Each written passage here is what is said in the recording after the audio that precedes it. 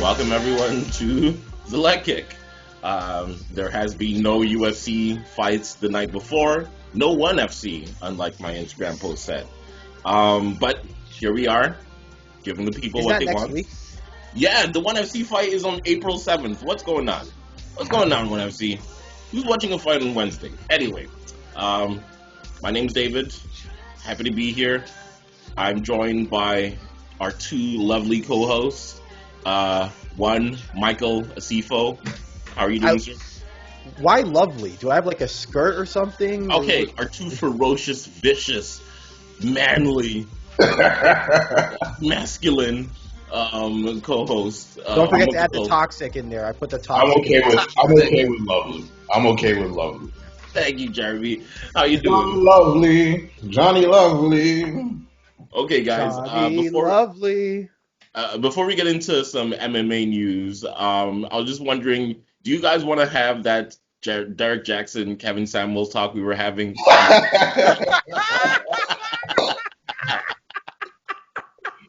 No, just so that it's recorded for the annals of time. And when you play it back to your daughters, you can explain why you think it's okay to belittle black men. Please, go on. I just said people go to people not because of their credentials when it comes to relationship advice, but because they tell them what they want to hear. That's it. And if you don't take them seriously, they're funny. All of them. Listen, to my future beautiful black daughters, you are smart, you are strong, you are everything that you want to be. You're as beautiful as you want to be. That being said, this man, Kevin Samuels, who's taken over the internet in 2020, 2021, he's got bars. He's got bars. Yeah, he's funny. Bars. He's funny. I'm sorry. He's funny. He shoots shots at guys and girls alike, children, disabled people. And David has a problem with the fact that we find this man hilarious. Man, did he tell one guy, you're broke, you're short, you're lacking of confidence, go take up a martial art or something? Because why would a woman want to ever put her procreate your genes? That's what he said to him. I was like, oh my God. What has Kevin Samuels ever done with his life? In fact, forget that. Don't answer that. Anybody, I don't know. Consider this an open call. Anybody who appreciates Kevin Holland, Kevin Samuel, consider this an open call to throw hands, okay? We will throw hands if we're discussing Kevin Samuel ever in person. And that's to you too, Kevin Samuel. I don't mind if I lose. I'll lose some hands. That's okay. Yeah. Man, come on. Come on, Kevin.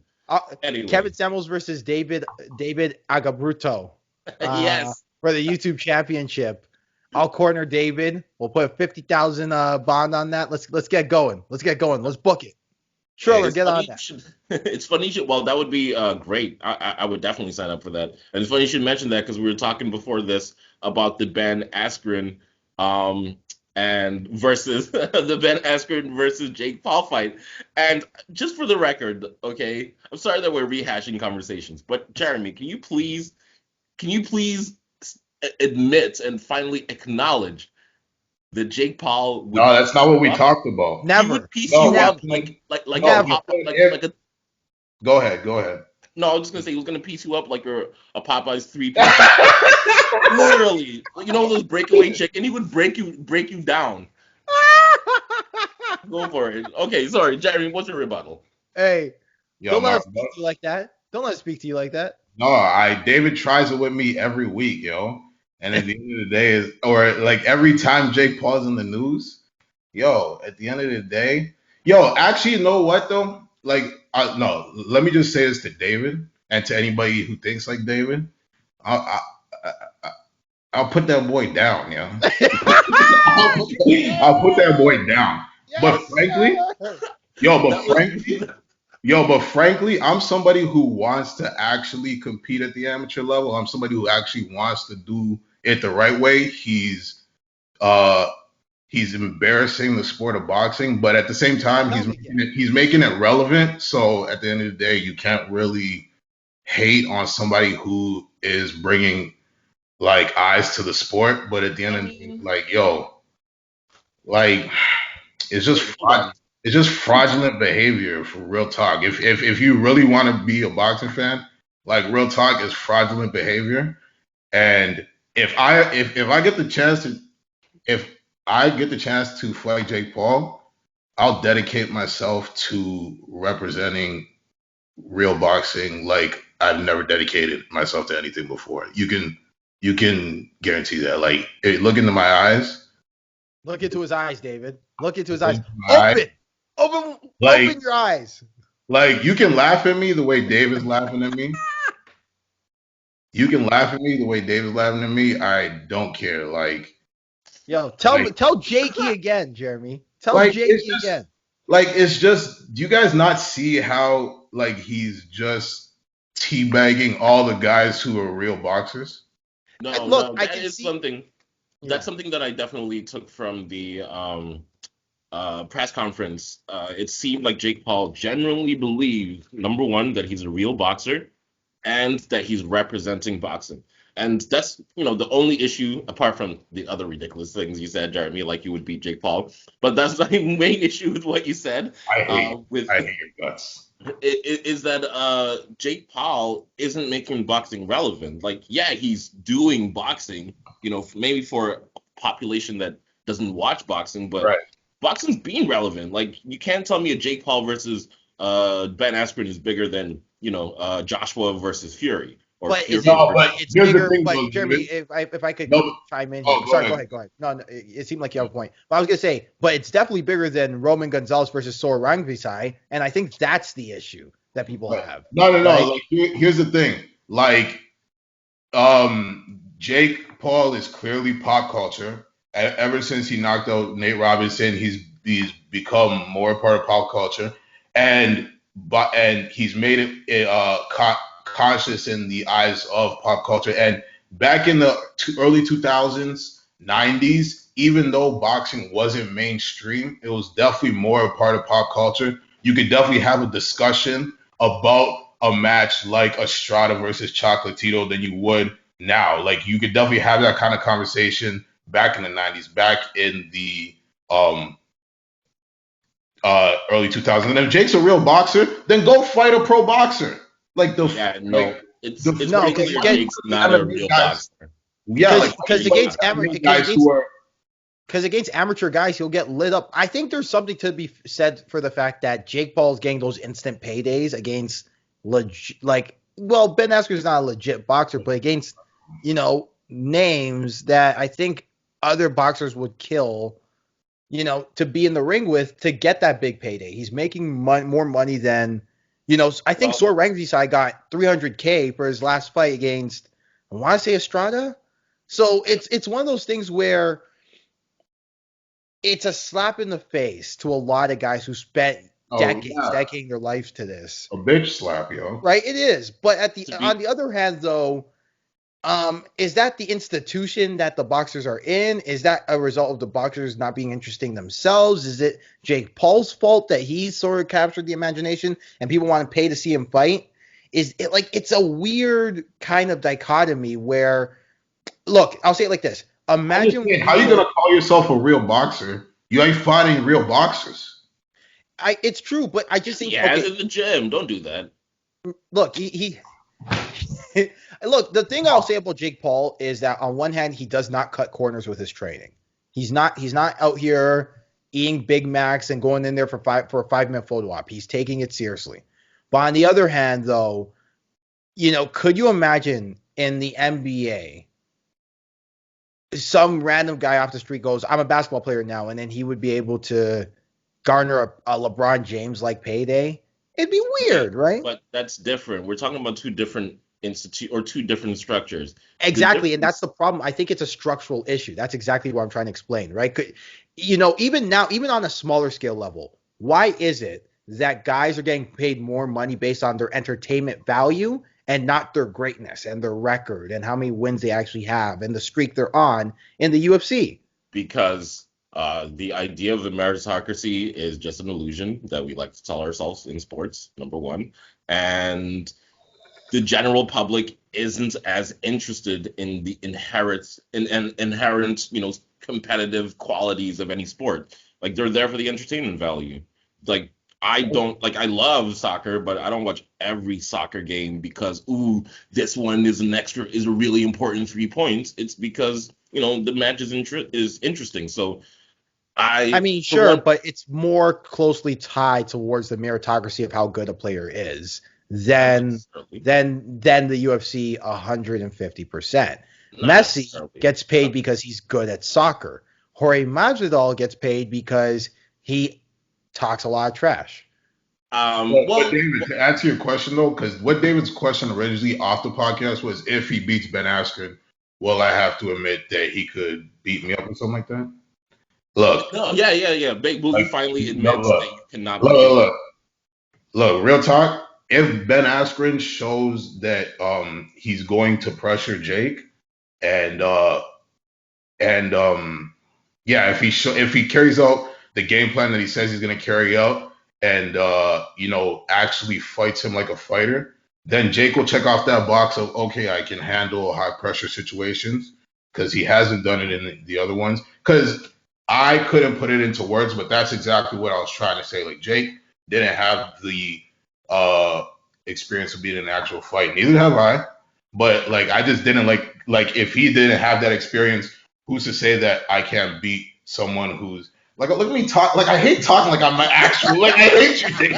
Like, look at me talking like I'm an actual. Like, I'm just saying, like, someone who I believe I have a better chin than, and I'm just as strong as, just as fast as. But like, yeah, he'll check if he beats Ben Askren and Ben Askren carries out that game plan. Yeah, he'll check that box off that he can handle those situations, and I'll have to give him my respect. Don't even ask me to say he's gonna beat me. Don't even ask me to say that.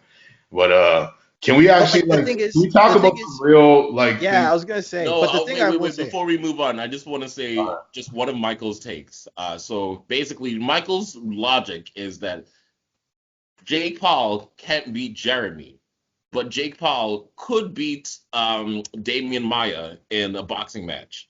No, hold on. So essentially, Jeremy is better than Damian Maia.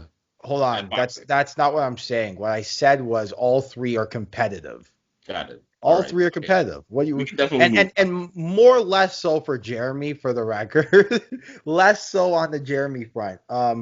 Simply because of the flaws that I know Jeremy has, and I'm not gonna just put them out on Front Street. But guys, yeah. I can't go past 2 rounds at this point. But those 2 rounds are hell. Like that's the there you go. That's the reason.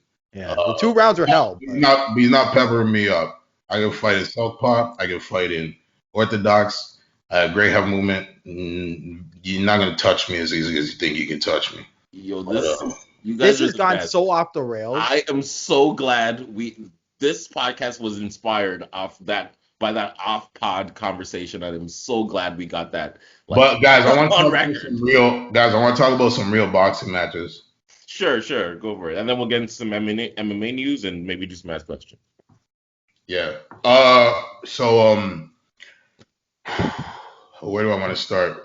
First of all, starting with the week's fights.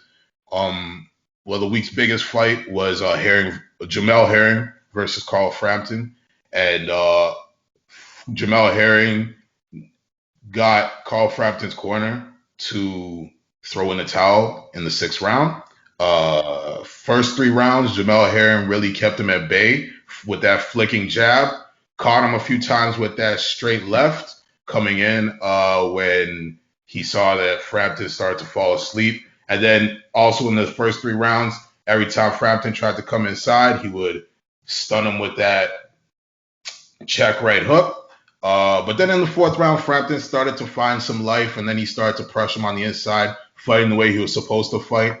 But then he got too comfortable in the 5th round, and then that's when Herring put him down, and that was the beginning of the end.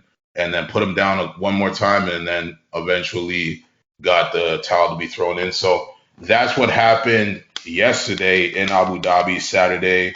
Abu Dhabi, we like to party. But the bigger storyline is the things that surround this fight. So Jamel Herring has 30 days to declare that he'll take on the winner of the Shakur Stevens, Jeremiah Natalia fight. fight, which will probably be Shakur Stevens. No disrespect to Jeremiah, he's ranked second by the WBO, I think, but I think we know how that's gonna go. Is it just weird that Shakur Stevenson looked like he's 15 years old? No, he looks 12 years old actually. Yeah. No, he's got. It looks like child labor. When he fights, it's like child labor. Potential though. He's got loads of potential, and this is why, Carl Frampton kind of wants that. What Jamel Herring wants to do is to unify the belts with Oscar Valdez because that's the bigger payday. Although Shakur Stevenson has loads of potential, he hasn't really fought anybody to get the big payday. So that's what Jamel Herring wants to do. But Jamel Herring is the WBO is forcing Jamel Herring to declare that fight in 30 days. So I like the mandatory concept in concept. Mm-hmm. I hate it in practice. I think I've said this before, but I hate it in practice because this is what happens, right? You basically fight. Yeah, go ahead. I was gonna say, isn't this the meritocracy that you wanted though? No, because this isn't the meritocracy. It's basically, hey, we want you to fight our guy, right? This is hey, fight our guy, and not hey, fight the best guy out there, which is Oscar Valdez. It is Oscar Valdez, and yeah, at 130 pounds, yeah. Yeah, so I don't understand why, and if you're Herring and you have the belt that I think is pretty much considered number 2, in some people's eyes it's number 1. Why are you fighting Shakur Stevenson, who, God bless his soul, or other gentlemen, who, God bless their soul, are good fighters in their own right, but this seems like more of a setup match for Shakur Stevenson to possibly beat Jamel Herring and then get the super fight because it's the WBO's guys. Yeah, that's exactly what it is. Yeah, so I don't think it's a meritocracy at all. I think it's. But here's the thing though. Here goes the thing though. Jamel Herring and Shakur Stevens are kind of boys. They train at the same gym. I think they're under the same promoter, Bob Arum, under Top Rank. And Shakur Stevens, I learned this today, actually stepped aside so Jamel Herring could face Okunda, which was last year. But when he was supposed to fight Okunda, he was supposed to fight Frampton then, but there was an issue and he wanted to stay active, so he fought Okunda. Shakur stepped aside for that fight so he could go make his money, and he also stepped aside for Carl Frampton. So that kind of changes things for me. But I still feel like, in my personal opinion, I think Shakur Stevens should step aside and let Jamel Herring fight Oscar Valdez. Let there be a unified champ, because either way, Shakur Stevens is going to fight the winner of that fight. So I just feel like let Jamel Herring get that payday. The only thing is that I just think this is one of the few times where money and meritocracy line up, right? And then WBO gets in their own way and has Shakur Stevenson win. But anyway, I mean, yeah.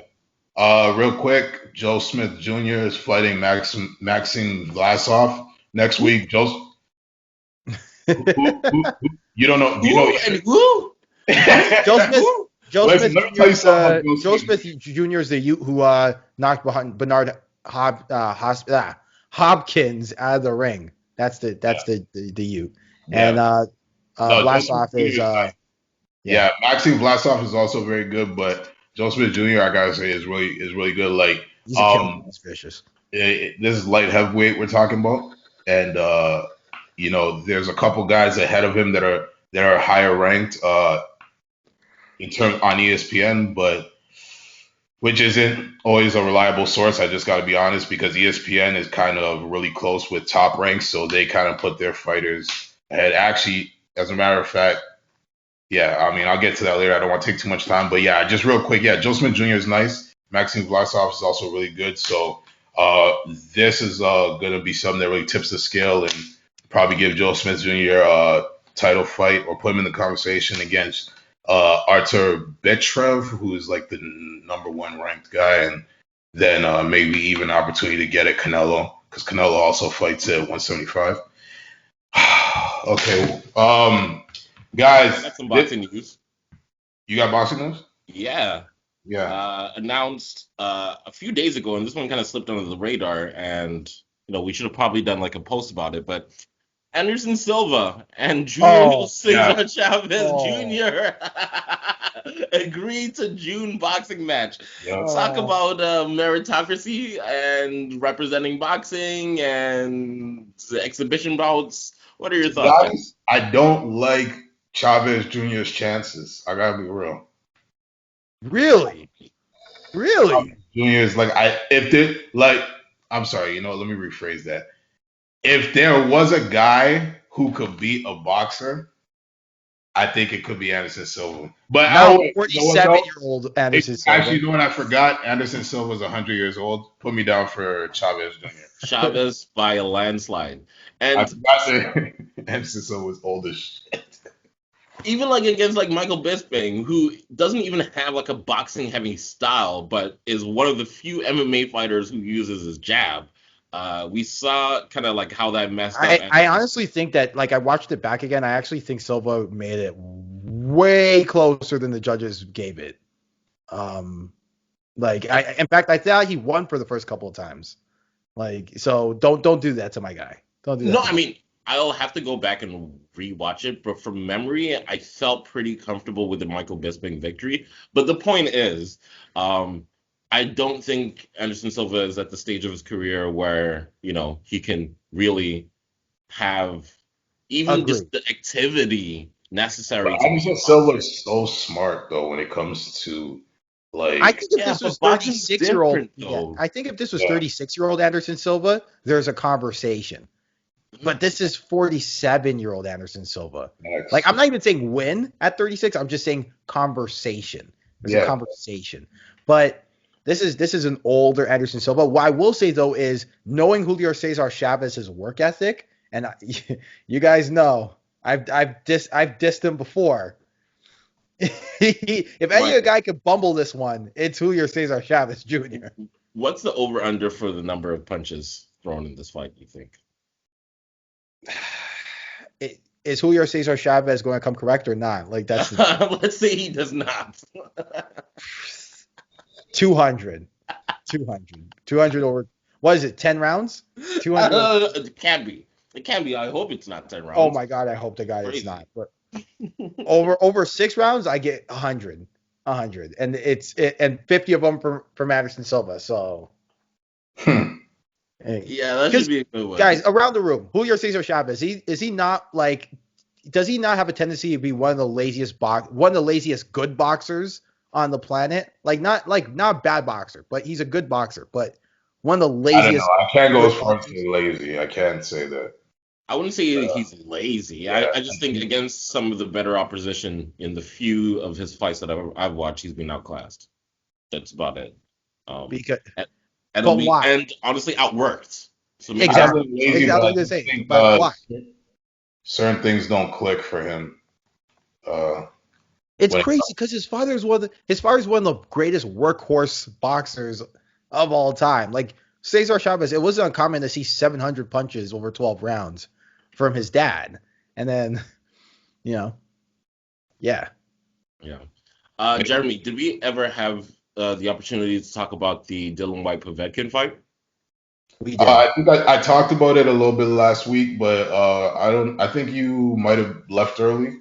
Oh, okay. All right. If you wanna have your take on it. No, nothing. It just, for me, that was the perfect knockout from Dillian Whyte. It looked like something, the kind of knockout you dream of in your head. It's like, okay. Like the first one when Povetkin knocked him out. Yeah, pretty much. It was literally like, how everybody who can't fight thinks like they would be able to, like they would do in a fight. It's like, I'm just going to jump in.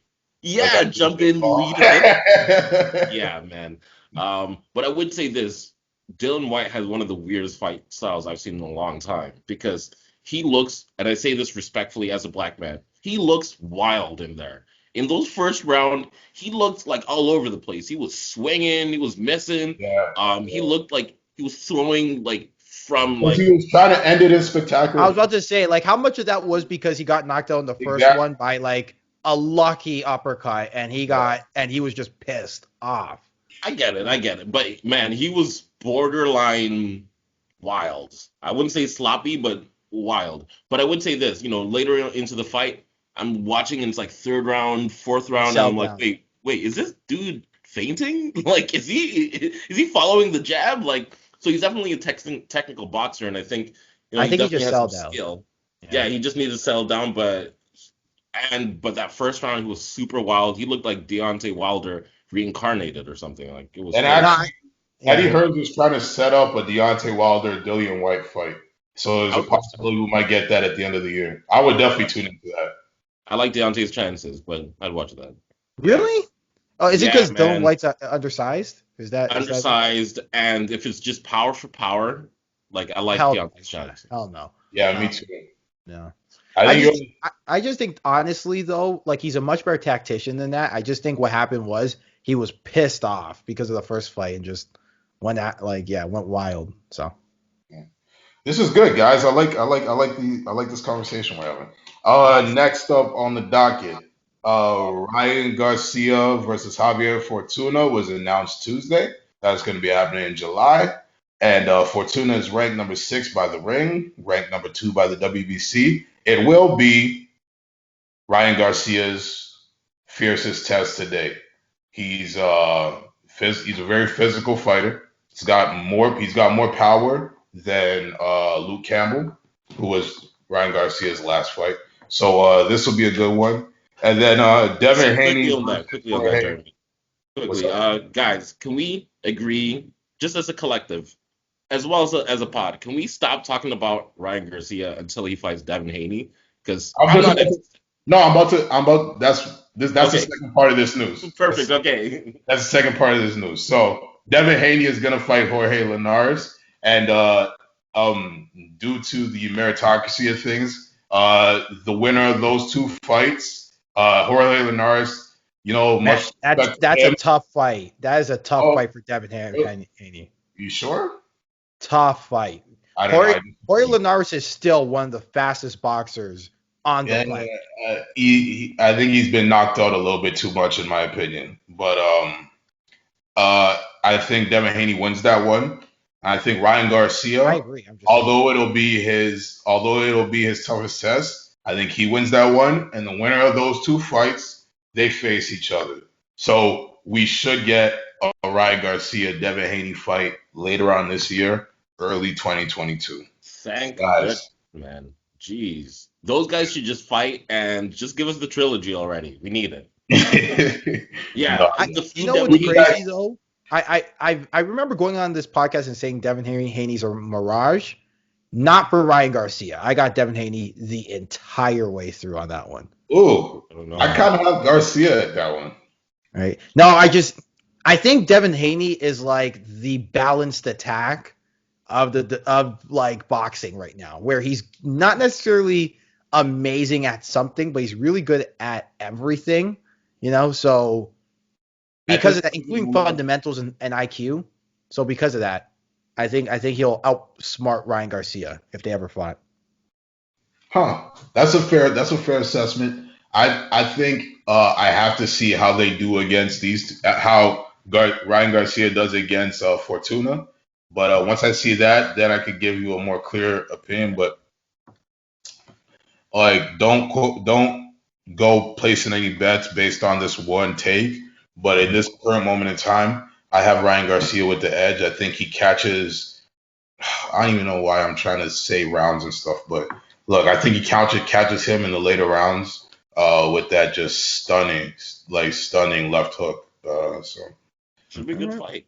It'll be a good fight for sure. But guys, the biggest news coming out of the boxing world this week, I'm sure you guys have heard, Terrence Crawford, Manny Pacquiao.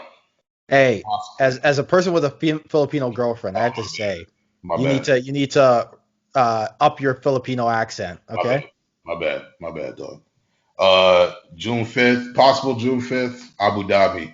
Guys, I mean, of course, we're being robbed of what's supposed to happen in the welterweight division, and both guys have probably moved on from that. But what do you think about this fight though? Like this is the best that we can get right now with Terence Crawford. What do you guys think about this fight? We can get into Spence and Crawford after, but what do you think about Pacquiao Crawford? I love this fight, man. I don't mind it. I'll be honest. Yeah. Sorry. Go ahead. No, I was gonna say I think this just further cements Manny Pacquiao's legacy as one of the greatest, probably at one of the greatest boxers of our lifetime, without a doubt. Win or lose, I think he's already done so much. But man, I can't go behind. I can't go past. He's fighting Crawford, right? Yeah, Bud. Yeah. I can't go past Crawford because man, the speed, and I know Manny Pacquiao's game is all about speed as well, speed and power, but the speed and technique of Crawford, plus he's known for his defensive capabilities, which I'm not sure it would be fair to say Pacquiao struggles against defensive fighters, but he can be beat by defensive fighters, especially ones that don't stand there and strike in front of him. So my money would definitely be on Crawford, but still, shouts out to Manny Pacquiao. What is he, 42, 40, 44? Isn't he a senator too? Isn't he still in office, or did he get voted out recently? Yeah, I'm wondering whether that's more by name than by actually understanding the deeper nuances of Filipino law, but that's just my thoughts. Yeah, he probably doesn't do a lick of paperwork. I'm pretty sure senators are the ones that make laws in countries, and Manny Pacquiao doesn't strike me as a legal scholar. So, I'm just a little skeptical. He takes off his suit. He takes off his suit and goes to the box today. Could you imagine saying if people will say, "Oh, I'll punch up my politician for cutting off Medicaid" or something like that, right? They'll say I'll punch up Doug Ford for OSAP, for cutting off OSAP. Imagine going saying, I'll punch out Manny Pacquiao for cutting off this Filipino law. You won't be able to do it. You could try it. You won't be able to do it. But yeah, man, I don't know. I feel like Pacquiao, once again, shouts out to him for taking this fight, but Crawford, it's hard to look past him. And yeah, man. Yeah, no, absolutely right. Yeah, no, it's definitely a good fight. It's definitely one of the greatest we're going to get. But we can't, sleep on Pacquiao because it is a dangerous fight for Bud. It'll definitely be Terence Crawford's biggest fight. It'll be the thing that puts him on top because, frankly, he just hasn't. Terence Crawford, as great as he is, he hasn't really fought the best guys. All the best welterweights are over at PBC with Errol Spence and Al Heyman. So it's he's searching around to get these big fights, and he finally got one that's pretty mega. So it will be a test. It'll definitely be a test. But David, you're right in assuming that he should be the favorite. You're right. So this is the weird thing in all of this is that, a lot of people are saying that Spence is ducking Bud, and I'm not saying that's not necessarily true because Bud's been really, really calling for that Spence fight. But it's not like Spence has been fighting scrubs over at PBC either. So why is it that this fight is not getting done? Although, look, I'm not complaining about Pacquiao versus Bud. I'm not complaining about that fight. It's a good fight.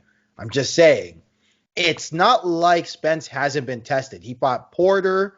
I think he fought Thurman, if I'm correct.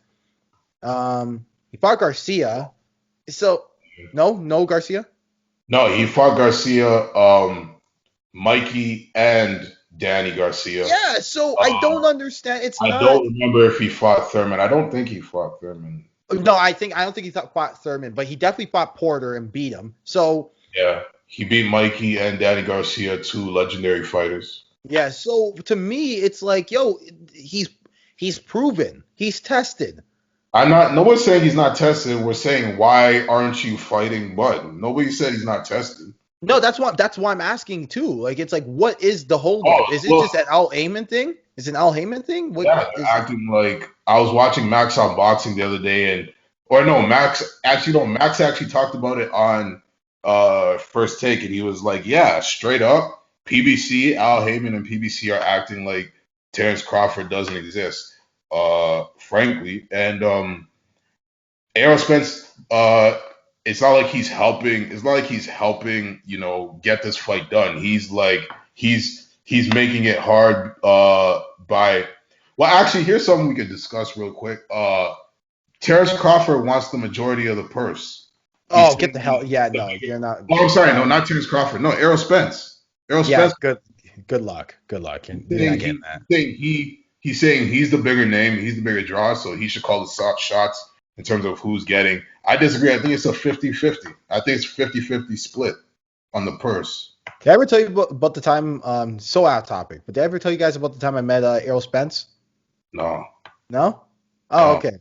All right. So I guess that's a story time segment. We'll save that for later. But yeah, the point I was trying to make is, as a person who met Errol Spence, good guy, no way you're getting majority of the purse. No way. Yeah, like it's a 50-50 split. You're both great draws, and you're both the two best in the world. So yeah, it's going to be 50-50 for sure. Well, it should be. Yeah. But guys, thank you for joining me on this. Oh, Dave, were you going to say something? No, that's it. Please keep going. Yeah, thank you for joining me on this extended boxing segment. I was going to skip past a lot of this news, but since we're going to probably put out 2 episodes this week, I thought that we could jump into it a little bit. Thanks, guys. No problem. That might have been the longest Jeremy's boxing segment of all time. It definitely was. No, it's all good, man. It's all good. Okay, do you want to jump into some of the news before we call it quits? Maybe answer a few questions as well? Sure. Let's talk. Do you guys want to talk Bellator first, or do you want to get like the rapid fire going first? Let's do rapid fire news and then quickly address a few Bellator fights. Yeah. I don't want to go through the entire card, to be honest. No. I made a tier list though about Bellator, so go over there if you want it. Okay. Yeah. Anyway. Okay. Quickly, just off the rip, Gane versus Volkov agreed to headline Fight Night on June 26th. What happened to Gane versus Lewis fight? This is crazy. Yeah. What? Why is Gane stepping down? Maybe because Miocic won that fight. Lewis is now slated for that next title fight. So Gane, if he wants to stay active, he's got has to find somebody else. And that's another thing. It serves the fighter's best interest for Lewis not to take that Ngannou fight. No one but Jones should take that Ngannou fight. What? Why? In the long term. Because if fighters want to get paid more, they need to learn how to hold out and stop being crap at business. Okay, we can talk about this. I mean, we are all on the same page. I agree. Yeah. It's not going to happen, though. Yeah. But I agree. It's just it's offhand remark. I apologize. Hey, I'm sorry. So, Lewis is fighting Gane, right? No, Volkov is fighting Gane. Volkov is going to be fighting Gane. So how'd you guys start talking about Lewis? Because it was supposed to be Lewis Gane. Yeah, it was supposed to be Derek Lewis versus Cyril Gane, but Derek Lewis might get the title shot since basically the UFC's beefing with John Jones over money. And I love how, the narrative is being shaped that John Jones is being greedy or blah, blah, blah. But, man, this guy has been consistently, underpaid throughout his career. Pay the man. It's really that simple. He got paid $500K to fight Gustafsson in that second fight. Come on. Are you kidding me? But then again, John Jones has never been a draw, but I don't care. It doesn't matter. You've definitely made 100 times whatever he's made off his name, UFC. So, come on. Pay the man. Don't be weird. Yeah, I don't know in a universe where you can pay somebody $500K and all of a sudden they want 7 figures like a real prize fighter, and all of a sudden they're the greedy one. But okay. But doesn't Jones want something 10 million? Yes. As he should. There should be no reason. From what I know about Dana White, I've never seen him pay anybody 10. He's not gonna do it, but he should be getting paid realistically 20 mil. Maybe even no more reason per fight. There should be no reason. I know. I just don't see any world. I don't know. Maybe Jupiter, Hilarious. where he pays $10 million to people who are worth 80% of his business. So, dude, isn't Conor McGregor? Didn't Conor McGregor not even get 50 mil? I know he wanted 50 mil, but they gave him like 20 plus pay-per-view points or something like that. Yeah, but even then, that's underpaid. Oh, it's hilariously underpaid. So like, it's crazy what Dana can do just by virtue of saying, "Oh, you're not gonna take it, someone else will." Just like by basic just math, like that's like they're being underpaid. It's But insane. anyway, guys, let's Sorry. fire through some of these because there's actually quite a few fight announcements. All right. We have Damian Maia versus Bilal Muhammad. I don't mind that one. I don't mind it. Korean Zombie versus Dan Ige. I like that one. Another one I don't mind either. Yeah. I like that. yeah, I'll tune into that one. If for nothing else, I like Korean Zombie's entrance. And when Zombie gets played in the back, I sing along. Yeah, man, badass. And then they're both good fighters, and it should be exciting, an exciting one to watch. Volkanovski and Ortega are going to coach the Ultimate Fighter. I don't mind the pick for those two. I just would have rathered somewhat two guys who are more boisterous. Yeah. You can't tease us with Usman Masvidal or Usman Covington and then give us Volkanovski and Ortega. You know which pairing I wouldn't have mind? You know what pairing I would have mind? Although like it's kind of out the window now is Covington Edwards. I wouldn't have minded that at all. Although I don't know how I would feel about Leon Edwards as the coach of an Ultimate Fighter. That's kind of my problem with this announcement is just like these are two guys who aren't really known for like headlines and entertainment out of the cage. So although I will say the best season of Ultimate Fighter I ever saw was Matt Hughes versus Matt Serra, and those two, you know, as classy as they come, or at least were perceived as classy as they come, and the fireworks that hilarious. Matt Serra cannot go down as classy. Come on, man. I love Matt Serra, but like out of the cage, no one would define Matt Serra as a classy dude. No, it's true. But like the whole thing was those two like not known for like trash talk and headlines, and the hilarity that ensued on that season was insane. I think there was an episode where GSP came in to like just like help coach, and Matt Hughes gave him like a pamphlet on how to get out of an armbar because Matt Hughes beat him by armbar in their first match. I was like, God. And the Bible studies too. He would get guys to come to Bible study, and they would sit there and be all bored as Matt Hughes is reading the Bible. Ultimate Fighter is a legendary show. It should win an Emmy. Oh my God. Yeah. Okay. Some more fight announcements. Or sorry, Jeremy, what were you gonna say? I was gonna say that the earlier seasons are legendary. Yeah. I mean, hopefully they can make it entertaining again, but I doubt it. Gilbert Burns versus Stephen Thompson. I like this fight. I like this fight, and my one question is, I thought Stephen Thompson was injured, and when will Stephen Thompson fight for the title again? The answer is never. One, right? The answer is never. He will never fight for the title. It's got to be after this one. Because the problem is Stephen Thompson is creeping up at 40, and eventually he will decline, right? And so it's basically a race against time. He needs to be Edward. He needs to be one of two. He needs to be two out of the three combination. He needs to be Edwards, Covington, or Burns. He needs to be two of the three. Yeah. I don't think he can do that before the decline starts. I don't know. So if he can't do it before the decline starts, you know, now that you mentioned it, I like Thompson versus Gilbert Burns, but Thompson versus Covington, I do not know. I do not know the answer to that one. Yeah. And I definitely don't like his chances against Edwards because Edwards is just too good. He's a killer too. So, yeah. Like, that's the thing. I think a lot of guys are just kind of like, let's wait till he turns 40. Let's wait till he turns 40. Right? But he's getting better, though. He's getting better. That's a weird thing. That's the problem. And so, you know, Masvidal definitely doesn't want to fight him again, right? Like, absolutely not. Covington's like, just wait till he turns 40. And Edwards is like, well, why should I fight him when I'm like right there to a title shot? Give me Nate Diaz. He's an easy fight. Oh, man. Oh, yeah, that's another fight that got announced. Nate Diaz versus Leon Edwards. Yeah. Although I'm not sure if we talked about that one last week. I don't think we talked about it, but I will say, look, if all things were being equal, I hate this fight a lot. Yeah. But I like the idea of because I think we all assume that Leon Edwards will beat the piss out of Nate Diaz, right? Okay. If Leon Edwards beats the piss out of Nate Diaz, then Leon Edwards get the Nate Diaz rub or seal of approval, right? And then Leon Edwards becomes a name. That's the hope, right?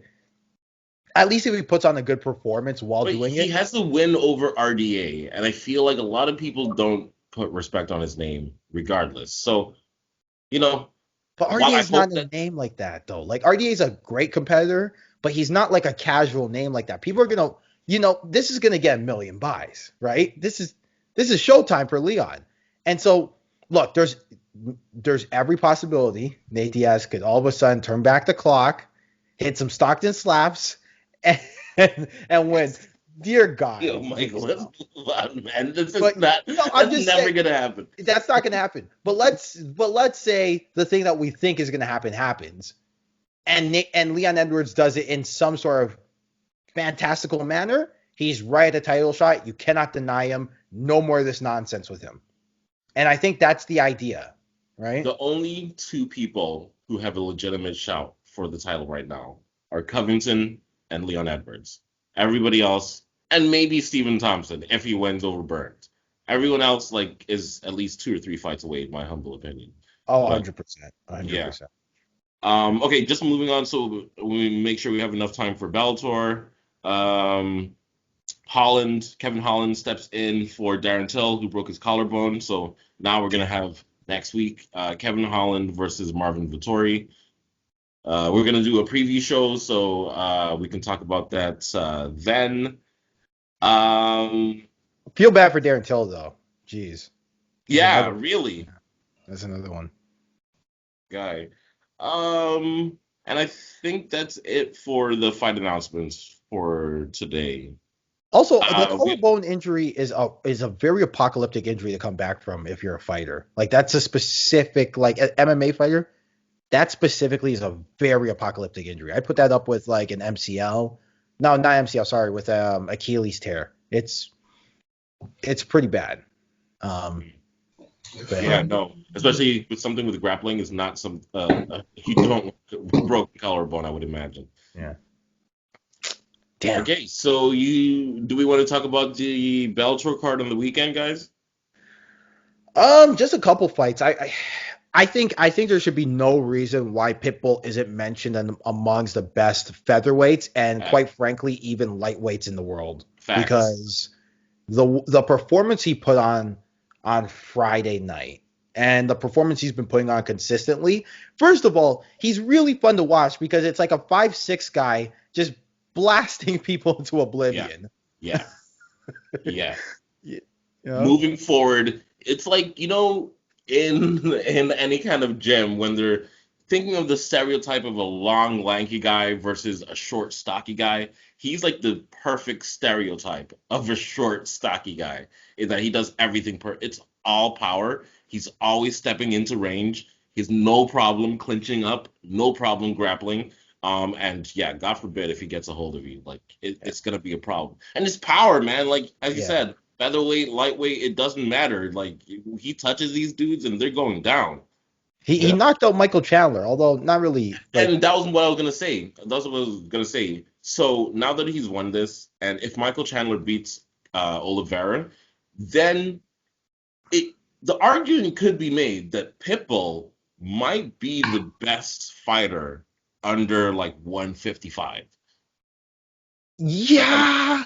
Honestly, I think so. I think so. I loved what I saw on Friday. That was so awesome.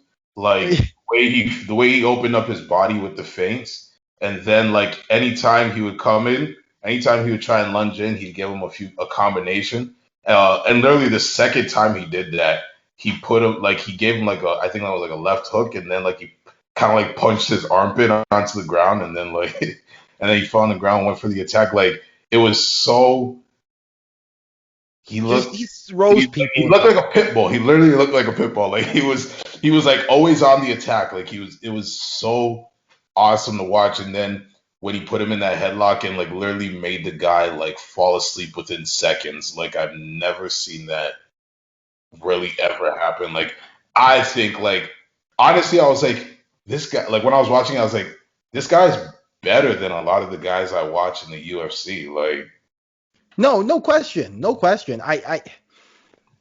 know what the thing is, though, that I would say is that when we have to be very careful of MMA math and go, okay, if Michael Chandler beats Charles Oliveira and Pitbull beat Michael Chandler, playing devil's advocate, because I do agree that, like, right. I do agree that Pitbull is definitely in the conversation. I think him versus Volkanovski is hella close, like razor thin. But Power, I think Michael Chandler is just it's the best possible matchup for a Pitbull who is a diminutive guy facing off against another diminutive guy. And it just so happened that the one diminutive guy won. You don't know how he'd do against a Poirier, especially since Pitbull doesn't throw many leg kicks, is susceptible to a leg kick. And we just saw Poirier beat a guy by leg kicks. Yeah, that's a good point. That's a good point. Poirier's different. You're right. Dustin Poirier versus Pitbull fight would be good. Pitbull versus Justin Gaethje would be interesting as well. I think. Exactly. When you start you start naming guys down the list, you start realizing it's a game of matchups, especially for a guy like Pitbull, who, as much as he does the karate style, he is basic in his striking, and that's not to discredit him. You can be good being basic. But we all said that by the end of, I don't know if we all said, but I remember me and David said that by the end of 2021, we expected Dustin Poirier to be holding the belt because Dustin Poirier just seemed like the best in the what division is that? Welter? Lightweight. Lightweight, right? Dustin Poirier seems like the best in lightweight. Like we thought that Dustin Poirier should go for the belt instead of doing a trilogy with McGregor, but that's where the money is at. So I don't think any of us would say that Pitbull, would be the favorite. But oh no, I look. But I do believe he's better than a lot of the guys in UFC. Yeah, I agree. I agree. Like probably top 3 in my opinion. Yeah, for sure. In both divisions, I think. Because just his power, man, and his speed. It's not just power; it's also the speed, and I think that's his advantage in the lighter weight, in the heavier weight. Sorry. Even honestly, in this fight, that was his advantage. I was gonna say it was quicker than everybody. It's crazy. I was gonna say it was interesting because in the first Pitbull versus Emmanuel Sanchez fight, and this is how you can tell Pitbull's improved so much, was that Emmanuel Sanchez did a really good job of kind of kicking Pitbull's legs out and then coming over the top with a kick and keeping Pitbull honest in the first fight. So it was just hard for Pitbull to just explode into Emmanuel Sanchez like he did in this fight. And it really shows just a better sense of timing on the feet, a better sense of improvement. And you don't want to go down to the ground with Pitbull. You don't, because Pitbull will murder you there too. There's no escape. So it seemed, I don't know if maybe Emmanuel Sanchez regressed. He never was really good at capitalizing off of his kicks to make people pay for being kind of stood up at range. But it was interesting seeing just how different Pitbull handled the kicks this time around, as opposed to last time. He was just kind of getting frozen by the kicks a little bit, despite him winning that first fight. Yeah, man. Shouts out to Pitbull. I think he takes on AJ McKee next in the featherweight Grand Prix. Man, that's gonna be a good fight. Another AJ McKee's another guy who deserves to be in the UFC. For sure, man. Like that guy can really scrap. Dynamic striker, decent grappler. It's gonna be good, man. It's gonna be good. I can't wait to watch it. Yeah. No, I agree. But The yeah, other fight on Bellator that I know that we wanted to talk about, Mike, was the Jason Jackson. Not Justin Jackson, Jason Jackson versus Get Neiman Gracie. get my guy's name right, all right? I know he doesn't have a Wikipedia page, but put some respect on my guy's name. I'm not too familiar with this dude, but for some reason, every single time I watch Bellator, he seems to be on the card. And seems to be winning, right? Yeah, man. No, nice, look, man. I've been watching him since I remember him versus Ed Ruth distinctly in my mind, and him giving Ed Ruth all the trouble in the world. And this was when Ed Ruth was still being pushed as kind of the savior of welterweight, right? Remember when Ed Ruth versus MVP was a thing? People really, really wanted that one. But anyway, and I remember seeing Jason Jackson piecing Ed Ruth up and stuffing his takedowns. And I was like, who is this kid? And then I saw some footage of him and Luke Rockhold sparring, and he was piecing Luke Rockhold up. And I'm like, who is this guy? Who is this guy? This motherfucker can fight. Yeah, man, he can fight, man. 6'2", 6'2", not afraid to use that jab. Long, man. But I feel like, he's good. He's got pretty good stand-up, pretty good. I wouldn't say, like, it's lights out or anything. But it's pretty good, and he knows how to use his length. But for me, his best, like, tool is his takedown defense. Because, man, if you shoot on this guy, like, bro, like, you're just setting yourself up. Because you're not going to take him down. He's going to be all over you, and in the scramble, he's going to get into a better position. He's going to get up. And yeah, man, and you saw that against Neiman Gracie, who comes from, that ilk of top jiu-jitsu, world-class jiu-jitsu, and couldn't really get his game going. What I will say, though, humbly, is that I felt like Jason Jackson maybe won the first, or there's an argument you could say that Neiman won the first and maybe stole around in the other two. So I hear that, and I'm not mad at the argument. It's so. Sure, go on, Jeremy. No, finish, please. No, I was just gonna say, and you can make the argument that maybe Jason threw away or lost that first round because of the thing that happened to his eye. Because remember he was like on top of Neiman Gracie, and then like I don't know what happened, he like lost balance or something, and his eye scraped against the cage, and he was blind for pretty much the majority of the round. But then again, once they went onto the feet, I felt like he had like the advantage in that round. So it was a pretty close fight, all things considered. I don't know if, once again, comparing him to the UFC, because we just did that to Pitbull, I don't know if he would be competing with some of the top dudes in the UFC welterweight. I'm convinced he'd do reasonably well. I think he'd beat Bilal Muhammad, for example. Yeah. Okay. Like, what division was this? Welterweight. Welterweight? Ooh. Yeah, I don't know. But yeah, David's right. Anytime they were on the feet, it was clear who was outclassing who. At first glance, I gave it to Neiman Gracie because first round I thought Neiman Gracie won it, and second round I knew he won it. But then when I watched it a second time, I was like, okay, the first round I had to give to Jason Jackson because they weren't on the ground for that long. Like, see, this was kind of like an odd looking fight where the reason why. Okay, I thought you guys were frozen for a second. The reason why I gave it to Neiman was because it seemed like he controlled the pace just by default because he had him on the ground so many times. But then it was like but then I noticed with what David said was that his takedown defense was really good. Jason Jackson, that is, because even though he was able to control the pace, get him on the ground, it was like he couldn't advance his position or capitalize on his position when he was working his jiu-jitsu because Jason Jackson's defense was preventing him to do so. For example, in the first round, I think he took him down around like the 3-minute mark or 3-minute 30-second mark.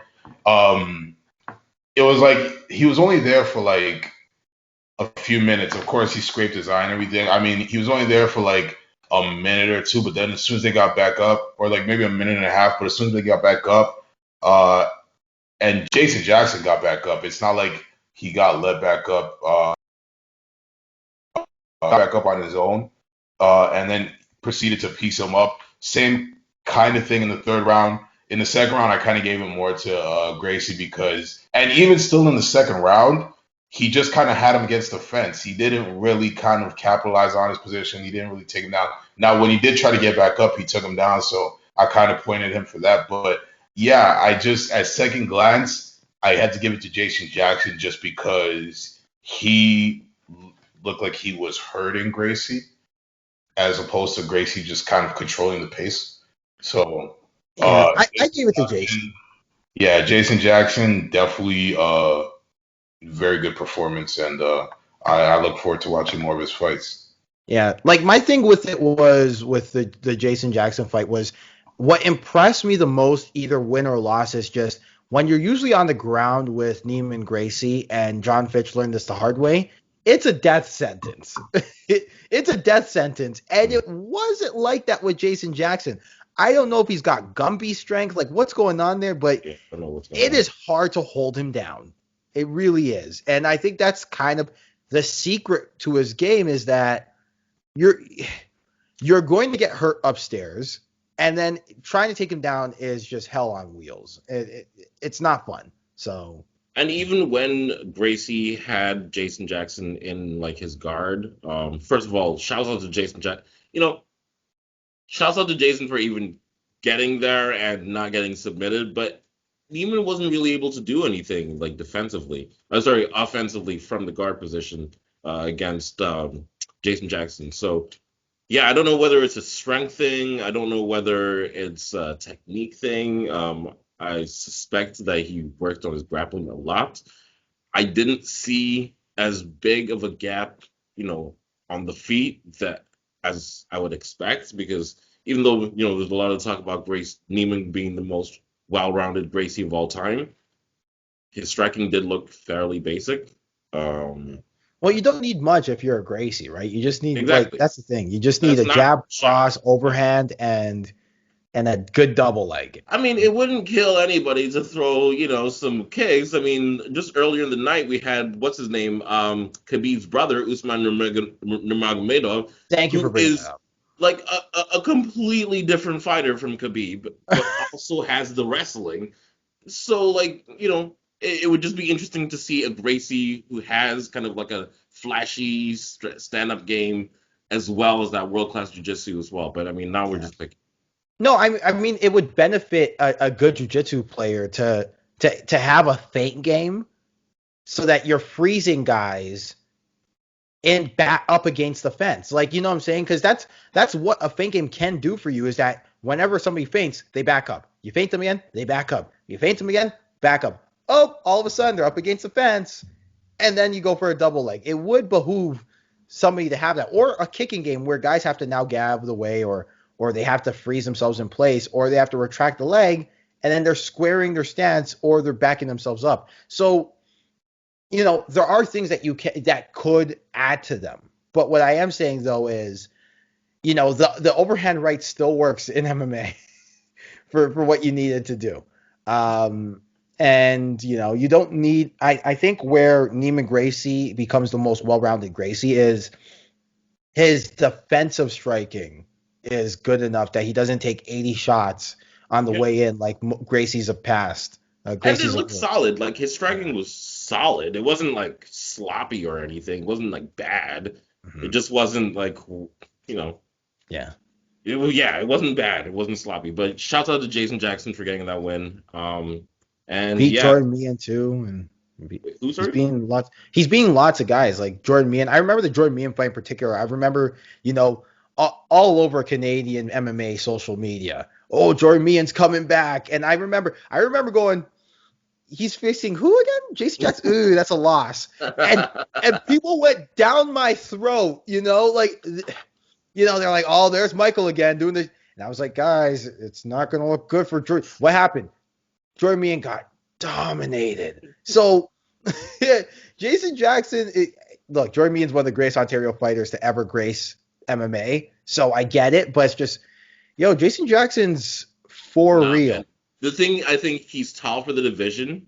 Got great anti-wrestling, like great defensive wrestling, and strong as hell. He must be super duper strong. Maybe because he's 6'2", he just like, I don't know, naturally bigger than a lot of these dudes. But yeah, it just seems like guys can't take him down. And once he starts stuffing like your takedowns, it gets you tired. Like start losing up on the feet. Exactly. And he's vicious. Bullet, murderer. Exactly, and he's also Jamaican.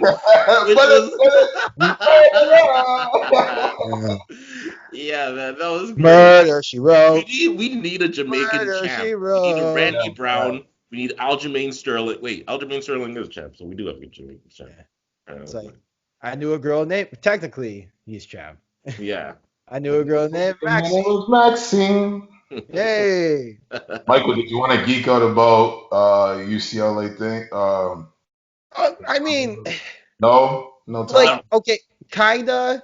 I just really liked the game. Like everyone knows that, besides MMA, my love is basketball, right? I covered basketball for a long time.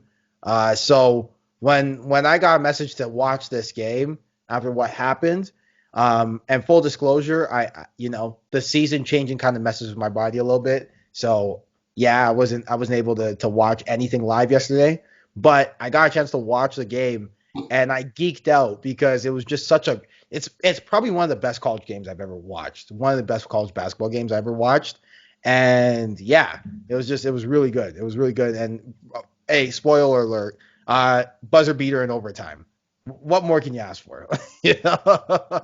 Oh man, I could go into deep into just basketball analytics and statistics about the game, but I won't. Please do not. Yeah. Okay. We have one. I have a listener question from weeks ago, which we should have answered. Sorry. From Suleiman. My boy. Yeah, remember people making a big deal out of calf kicks? What'll be the next overblown technique? Can I go first? Sure. It's got to be the Conor McGregor shoulder barge, right? Yo, okay, so there's a guy, my last opponent, Gordon Cunningham, right? Awesome dude. I saw a fight where he was doing it, and it worked really well. But I don't know if I would overblow it. I just think it catches guys by surprise because they haven't seen it before. Mike, you clinch. You know how tiring clinching can be. Yeah. Am I really trying to spend that extra energy trying to land a shoulder when I could really just lift the elbow? And I don't know, man. The crazy thing about it is it doesn't take much because what's happening is guys are wrapping the arm and they're leaning up against the shoulder. That's what they're teaching you because you're trying to avoid the maximum pressure of the elbow because even if you let go of that wrist control, it's hard for guys to come over the top, create that space by their shoulder and really get them, either like this or like this. So the idea is that you kind of pull them out, pull them back in with the wrist control and the shoulder's waiting for them. So it doesn't take much effort and you're kind of using somebody's own momentum against you, right? And so you're kind of doing this with your arm, and it's working the shoulders. Are you really having? And once again, and this is why it's just confusing that Conor McGregor fight. Are you really having that much impact on a guy if you're ramming your elbow? I mean, I get it if it's jiu-jitsu and you're literally pinning your shoulder against somebody's face. That's a little bit. I think it's just one of those catches by surprise techniques. Yeah. Right when it happened with Cerrone never saw that before. I never saw that. Nobody had ever seen that before. So when it happened and it broke Cerrone's nose, I was like, oh, because he never saw it coming. It's like when you get hit in the nuts, right? Versus if you don't see it coming, yeah, it's gonna hurt. But if you know that someone's gonna try to kick you in the nuts or try to poke you in the eyes, you're going to defend against it. So now that guys know that shoulder strikes are coming a little more, they're not going to be as taken by surprise. And in fairness to Conor McGregor versus, I guess, the example I did before, Gordon Cunningham was up against the fence when he was doing it. So even though it worked and worked to good effect, it didn't have the same effect as Conor McGregor jumping in the middle of the cage into shoulder strike. I'm not rolling The what do you call it? We're going way too deep on this. No, What's your overblown technique? So this one I think was one that's kind of sort of making a comeback now. It was one that was used before, the check left hook. A lot of people talk about the check left hook like it's gone, and why would it be gone? No, like it was like this, like it's God, God, like it's this. Oh, okay. It's this awesome thing that with crisp technique, this left hook. I think no, I'm gonna change mine. The uppercut when someone's going for a takedown. Yes, that's a good one. Yeah, the uppercut when someone's Jackson threw a couple of those yesterday. Yeah. Guys are using it a lot more often than just simply sprawling, right? And here's the thing: the reason why Khabib Nurmagomedov was so effective was because he got his head outside and said, "I'll deal with the guillotine attempt. You try going for whatever you want to go for," right? So guys know it's coming, right? They're not stupid. But anyway, it still works though. It still works. And it's one of those like old school techniques that seems to be making a resurgence. I don't know why, but yeah.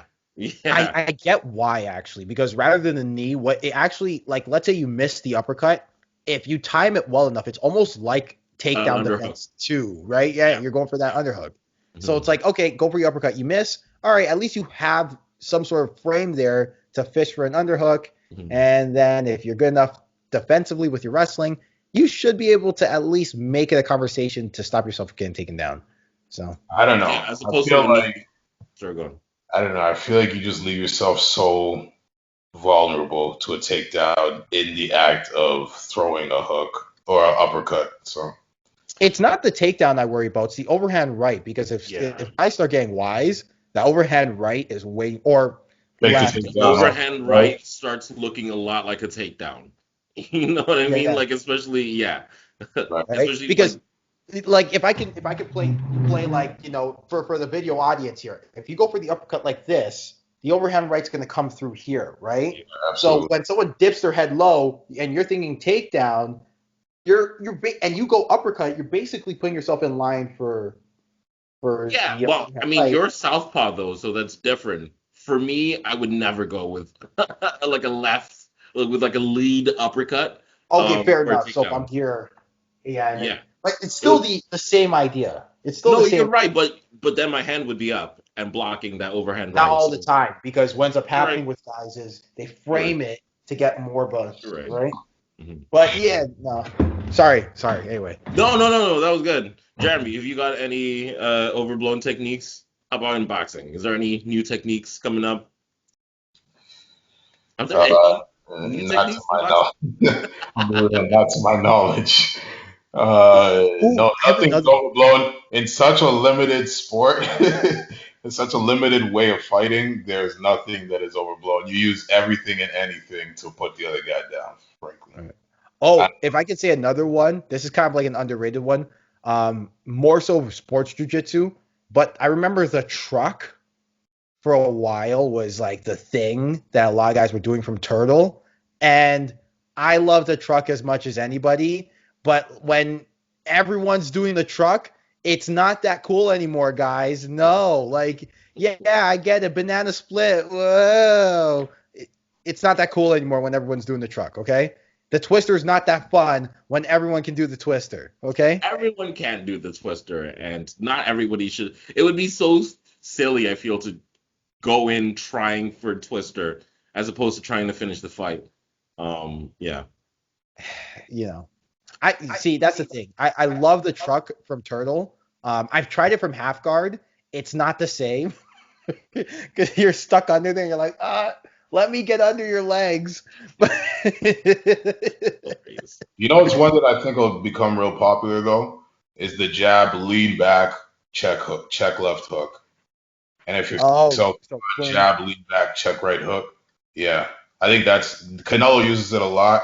People don't really catch it, but I think it's going to become popular. It's very effective because if you can just measure somebody with that jab and then they want to strike back, they leave themselves wide open. Either way, either punch that they throw, cross or jab, they leave themselves wide open. I think that's going to become very popular. guys are going to use Problem is, too many people lean back with their chin sky high. Yeah, that's true. They don't do the Canelo Alvarez where their chin's like just like Canelo. Yeah, the proper way to do it that Canelo does, you don't have to lean back too much. You just step back. Step back. Left. It's hard to do that at MMA because you don't have to bring your hand all the way back. You just kind of pop, reframe it, and then you. I mean, it's really effective. I like it. I like how he uses it. Hey, can I berate the audience at the end once we're done here? Mm-hmm. Sure. Yes. In fact, Jeremy. Wait, do we have any other questions that we want to talk about? Any story time? Oh yeah. Let's see. Errol Spence. Okay. So in my days as a young reporter, doing the beat, I got invited by Lennox Lewis and his crew at Global Legacy Boxing to cover Adonis Stevenson versus Tommy Karpinski, which, by the way, not going to lie, was kind of a sham because Adonis Stevenson should have been fighting someone much higher than the caliber of Tommy Karpinski. But, okay, sure. So, yeah, on the undercard, surprisingly enough, there was Pritchard Colon, the gentleman who ended up getting into a vegetative state because of the next fight he fought after this, but he knocked out Vivian Harris in this card. But the fight before that, surprisingly enough, was Errol Spence Jr. versus Chris Van Heerden. I believe it was for a belt. I can't remember what belt it was, but it wasn't a WBO or a WBC. But Chris Van Heerden came in as the champion, and Errol Spence lit him the you-know-what up. And Chris Van Heerden's not a bad boxer by any stretch of the imagination, but Errol Spence was just, different level that night. So Errol Spence, he comes down, and he walks down to the ramp, and I'm like, yo, Errol, can I get a picture, right? Just so I could put it up on the company's social media. My phone was down bad that entire week for some reason. The battery was just not working with me. And I was at 3%. And because I was at 3%, the camera wouldn't work. And Errol Spence is like, you don't even got the camera ready, brother. Wow. And so me and Errol Spence are talking for 5 minutes. We're chopping it up, right? We're I think we were talking about just his fight in general. And I was like, yo, that was a nice left hook you had there. And I'm like, yo, let's get a picture. He's like, yeah, sure, boss. And the camera comes up. Wow. And he's like, yo, you got the camera ready, brother. And he's like, my bad, brother, but I gotta go. And I was like, yeah, it's fine. And so that was my one and only chance to get a picture with Errol Spence Jr. And I didn't get it. You blew it. You blew it, Mike. You blew it. I know. Also, now I see why you're no longer covering boxing fights. You didn't even have your equipment ready, man. What's going on? Oh, I know. The problem was I took so many photos of just the event venue in general and the stars in attendance that and rookie mistake being camera and journalist at the same time. So I had to write and stuff and I wasn't paying attention. Your phone as the camera is a rookie mistake. Phone as the camera is a rookie mistake. So funny story. The next time I actually did the event, I brought in a rookie photographer. Yeah. And that rookie photographer ended up being my girlfriend. So love stories. But yeah. Don't say we don't have range here on the Leg Kick, man. Comedy, romance, action, violence, we got it all. Yeah. I was just about to say, and that has been an episode of the Leg Kick Relationship Show, where we spent 5 minutes talking about Kevin Samuels. Brought it full circle. I like it. Listen, don't be fraudulent like this dude, Derek Jackson. Okay. Don't be watching these videos just to watch them. Come on, help us out here. Share, subscribe. Show your friends who are interested in mixed martial arts and sports in general. Guys. Come on, don't be frauds out here, yo. Real talk. That's it. Don't be a phony. All don't right. A big fat phony. Michael, play us out. These guys are phony. What does that mean? Were you trying the theme song that David Abaruto so famously made? By the way, guys, for everyone who doesn't know, that's David's song. That's okay. Right? But yeah, in this crazy mixed up world where I almost got a picture with Errol Spence Jr., God, just remember, you got three things. You got life, you got family, and this podcast. Take it easy, everybody.